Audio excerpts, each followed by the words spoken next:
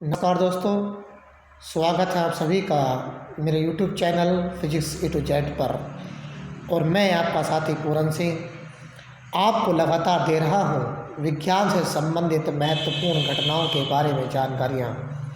महत्वपूर्ण प्रश्न, ऐसे प्रश्न जो कि TGT साइंस, PGT फिजिक्स के अलावा उत्तर प्रदेश की किसी भी परीक्षा के लिए महत्वपूर्ण हो सकते हैं। दोस्तों, ये सीरीज का 5वां भाग है और इस भाग के अंतर्गत हम वैद्युत क्षेत्र और चुंबकीय क्षेत्र से संबंधित कुछ क्वेश्चन लेकर के आए हैं। जो दोस्त हमारे चैनल पर अभी आए हैं, पहली बार आए हैं, उनसे अनुरोध है कि चैनल को अवश्य सब्सक्राइब करें और साथ ही बेल का आइकन अवश्य दबाएं ताकि हमारे द्वारा अपलोड की गई प्रत्येक वीडियो का नोटिफिकेशन आपको सबसे पहले मिल सके। साथ ही साथ अगर हमारी वीडियो पसंद आती है तो आप हमें लाइक अवश्य बताएं, क्योंकि आपका लाइक हमारे लिए एक मोटिवेशन का काम करता है। साथ साथ कोई समस्या है तो आप हमें कमेंट में दीजिएगा, उसका जवाब हम देने का प्रयास करेंगे। तो आइए प्रारंभ करते हैं बिना विलंब किए हुए आज की ये वीडियो, आज का ये क्लास। पहला प्रश्न है, कौन सा चुंबकीय क्षेत्र का मात्रक नहीं है? देखिए, आपके ऑप्शन है वेबर प्रति metre square, tesla, gauss, newton प्रति एम्पियर स्क्वायर। बात आती है चुंबकीय क्षेत्र का मात्रक नहीं है, तो ध्यान से इसको देखिएगा, चुंबकीय क्षेत्र का मात्रक कौन सा नहीं है। तो पहली बात तो चुंबकीय क्षेत्र का सूत्र क्या होना चाहिए, पहले तो ये देखें।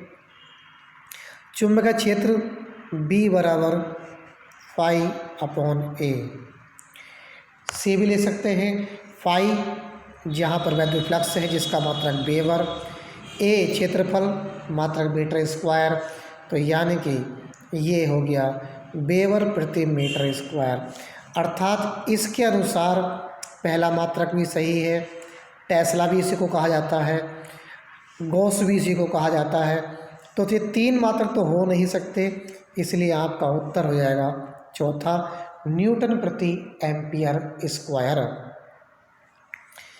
दूसरा इसका फार्मूला ज्ञात करने के लिए है F बराबर BIL sine theta. Sine theta को ला छोड़ दीजिएगा, F बराबर BIL, अर्थात B बराबर F/IL। F का मात्रक न्यूटन, I का एम्पियर और L का मीटर, यानी कि न्यूटन प्रति एम्पियर मीटर भी वैद्युत क्षेत्र का, वो चुंबकीय क्षेत्र का मात्रक हो सकता है। ठीक है, तो इसका उत्तर होगा आपका D। नेक्स्ट क्वेश्चन देखते हैं। नेक्स्ट क्वेश्चन, निम्नलिखित में से कौन किसी लंबे वैद्युत धारावाही तार के निकट चुंबकीय क्षेत्र का सही वर्णन करता है? देखिए, क्वेश्चन को समझिएगा। एक लंबा तार है और उस तार में वैद्युत धारा प्रवाहित हो रही है, तभी धारावाही तार कहलाएगा। इसके निकट चुंबकीय क्षेत्र उत्पन्न होता है, उसके ज्ञात करने के लिए आपको दक्षिणावर्ती पेच का नियम पता होना चाहिए, क्योंकि उसके अंदर इस प्रकार से चुंबकीय बल रेखाएं भ्रमण करती हैं। तो पहला ऑप्शन है कि चुंबकीय क्षेत्र की क्षेत्र रेखाएं तार के लंबवत होती हैं, ये बात तो इस चित्र के अनुसार गलत हो गई। चुंबकीय क्षेत्र की क्षेत्र रेखाएं तार के समांतर होती हैं, ये बात भी इसके अनुसार गलत हो गई। चुंबकीय क्षेत्र रेखाएं अक्षीय होती हैं, जिनका उद्भव तार से होता है, ये बात भी गलत हो गई। चुंबकीय क्षेत्र की सेकेंडरी क्षेत्र रेखाओं का केंद्र तार होता है, ये चित्र के अनुसार सही है, तो इसलिए आपका उत्तर D होगा। नेक्स्ट क्वेश्चन, एक गतिशील आवेश उत्पन्न करता है। गतिशील आवेश का मतलब जो एक आवेश है और वो गतिमान है, तो गतिमान आवेश क्या उत्पन्न करता है? केवल वैद्युत क्षेत्र, केवल चुंबकीय क्षेत्र, वैद्युत क्षेत्र, चुंबकीय क्षेत्र, न वैद्युत क्षेत्र और ना ही चुंबकीय क्षेत्र। तो इसका आपका उत्तर कौन सा होगा? आपका उत्तर होगा C, अर्थात जो गतिमान आवेश होता है वो वैद्युत क्षेत्र भी और चुंबकीय क्षेत्र दोनों ही उत्पन्न करता है। नेक्स्ट क्वेश्चन, क्वेश्चन नंबर 4, स्थिर चुंबकीय क्षेत्र में ध्रुवों के बीच किसी वैद्युत धारावाही चालक पर लगने वाले बल की दिशा ज्ञात करने के लिए उपयुक्त नियम कौन सा है? पहला है मैक्सवेल कार्क स्क्रू नियम अर्थात पेच का नियम, फ्लेमिंग के दाएं हाथ का नियम और फ्लेमिंग के बाएं हाथ का नियम, ओम का नियम। ओम का नियम तो किसी कीमत पे हो ही नहीं सकता। पूछ रहा है लगने वाले बल की दिशा, तो बल अर्थात फ्लेमिंग का बाएं हाथ का नियम अर्थात left handed rule of Fleming. उसमें क्या बताया गया है कि यदि हम अपने बाएं हाथ को इस प्रकार से फैलाएं कि उसकी तर्जनी उंगली धारा की दिशा में, मध्यमा चुंबक क्षेत्र की दिशा में, तो अंगूठा उस पर लगने वाले बल की दिशा को प्रकट करता है। अर्थात इस प्रकार से आप सबको एक्सपेंड कर सकते हैं। ये आपका बल का होगा, ये जिससे हम धारा जा रही है उसका होगा और ये चुंबक क्षेत्र का होगा। तो इस प्रकार से हम देख सकते हैं। नेक्स्ट क्वेश्चन, वैद्युत चुंबकीय प्रेरण की परिघटना क्या है? किसी वस्तु को आवेशित करने की प्रक्रिया है? नेवर। क्योंकि वैद्युत चुंबकीय प्रेरण की घटना क्या है उसको समझ लीजिए पहले, कि जब किसी कुंडली और किसी चुंबक के बीच में आपेक्षिक गति होती है तो उस कुंडली में एक प्रेरित विद्युत वाहक बल उत्पन्न हो जाता है। यदि कुंडली बंद परिपथ बनाती है तो उसमें एक प्रेरित धारा उत्पन्न हो जाती है जिसकी दिशा सदैव ऐसी होती है कि वह उस कर्ण का विरोध करती है जिससे वो उत्पन्न होती है। तो इसी के आधार पर आपका उत्तर होगा सी।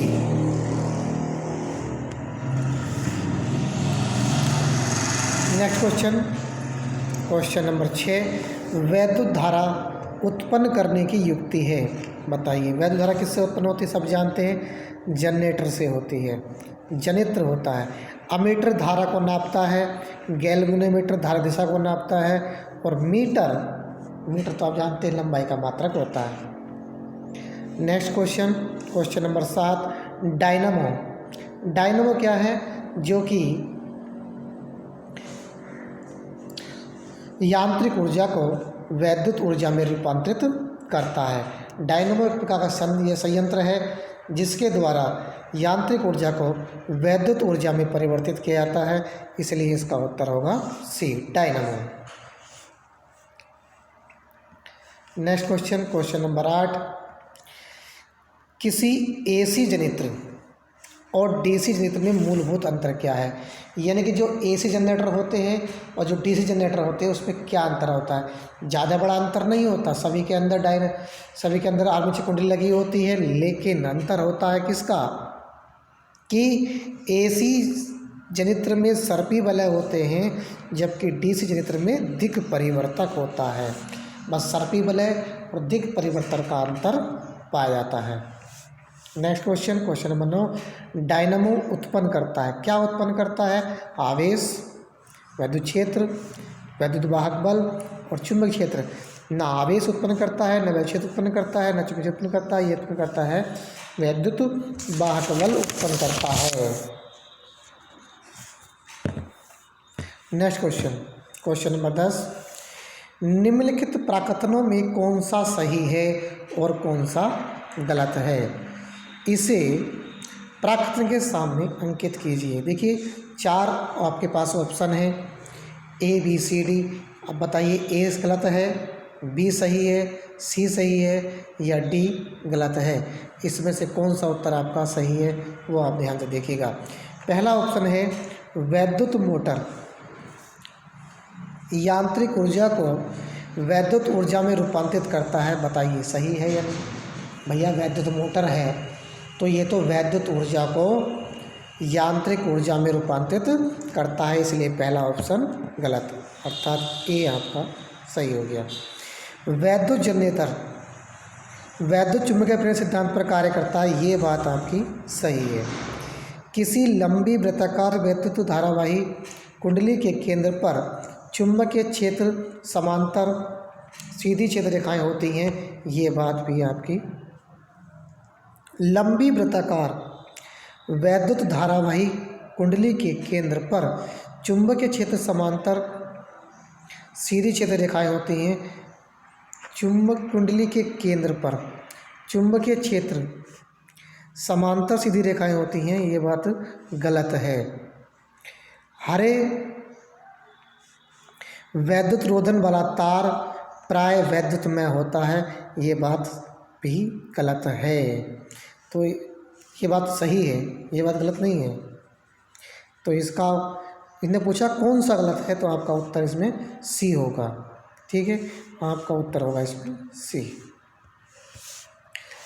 11वां क्वेश्चन है, बहुत अच्छा क्वेश्चन है। लघुपतन, लघुपतन जिसे हम कहते हैं शॉर्ट सर्किट। Short circuit